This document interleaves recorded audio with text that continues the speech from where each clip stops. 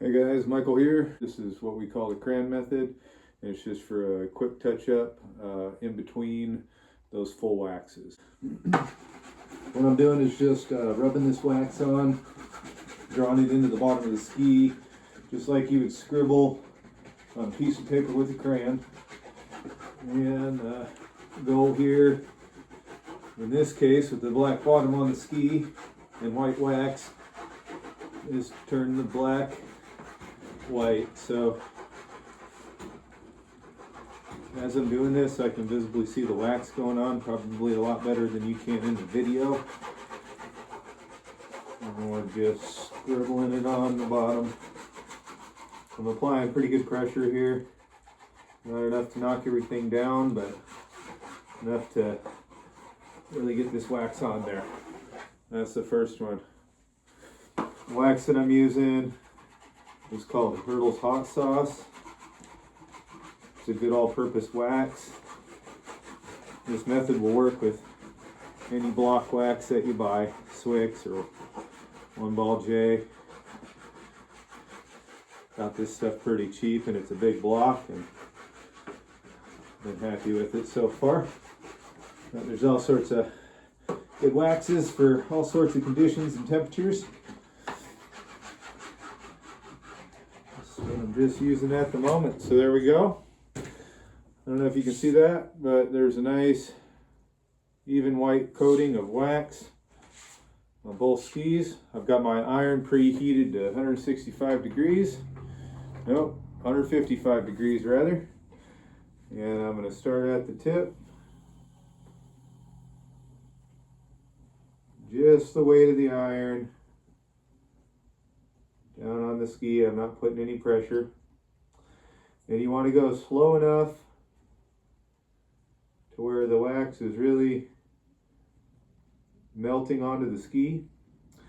And if you're heating it up enough, you're going to notice that the wax line behind the iron is still nice, wet, and shiny looking as you pass. And if you're going the correct speed, there's going to be about 3 or 4 inches back behind the iron that is still liquid as you pass this over.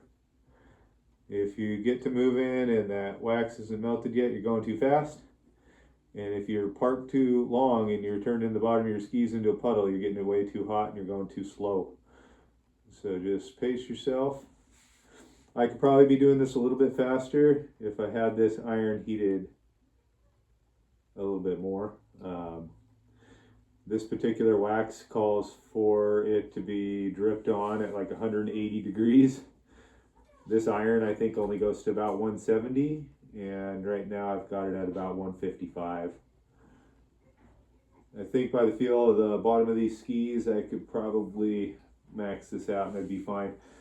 You know your iron's too hot if your wax is smoking.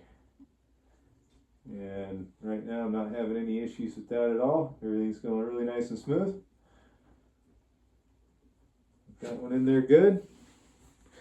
A little bit here at the front where I went a little bit too quick. Go back over that section there. That one's done.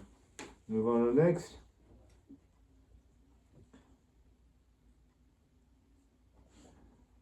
A little too fast there at the tip again. Iron that I'm using is a Swix. You can use any iron for this. The irons with the holes in the bottom of them will collect a little bit of wax. But that's what I used when I was a kid, and it works just fine. I find that these ones that are made for skis and snowboards, they've got really nice like lips on the edges and everything, and they just glide a lot better over your skis than you will get with a home iron. So if you can afford to upgrade, I recommend it. Till then, use what you got.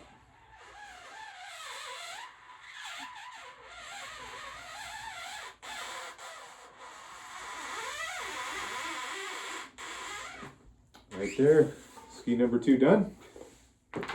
Next step, I'm going to take my scraper, I'm going to go from tip I'll apply slight pressure. When I'm doing this, I keep my thumbs on the outside just above the edge of the ski. So when I'm pushing down with my thumbs, I'm actually applying the pressure to the edges. That way I'm not bowing the middle of the scraper out and digging my wax out of the middle, and it'll keep your scraper nice and flat. And all we're doing here is just taking off the excess wax in case we put a little bit too much on. But that's all that I got off of that ski. That's why I use this method a lot, because it saves a ton of wax. When you do the full drip wax, you end up using a ton of wax, wasting a ton of wax, and making a big mess. So I only like to do that as much as I have to, which is typically once a year. And then the rest of the time I'll use this. Unless I get a gouge or something like that, that's a different story. Just going through, and I could be doing this a little faster even, but I take my time. Not much waste there. Last step. I'm going to go through with my brush. It's got the hard bristles on one side, it's got the felt on the other side, and I'm going to scrub this whole thing down. You'll notice everything that I'm doing, I go in the same direction. You can imagine this as like grain in wood, and you want to keep everything going from front to back.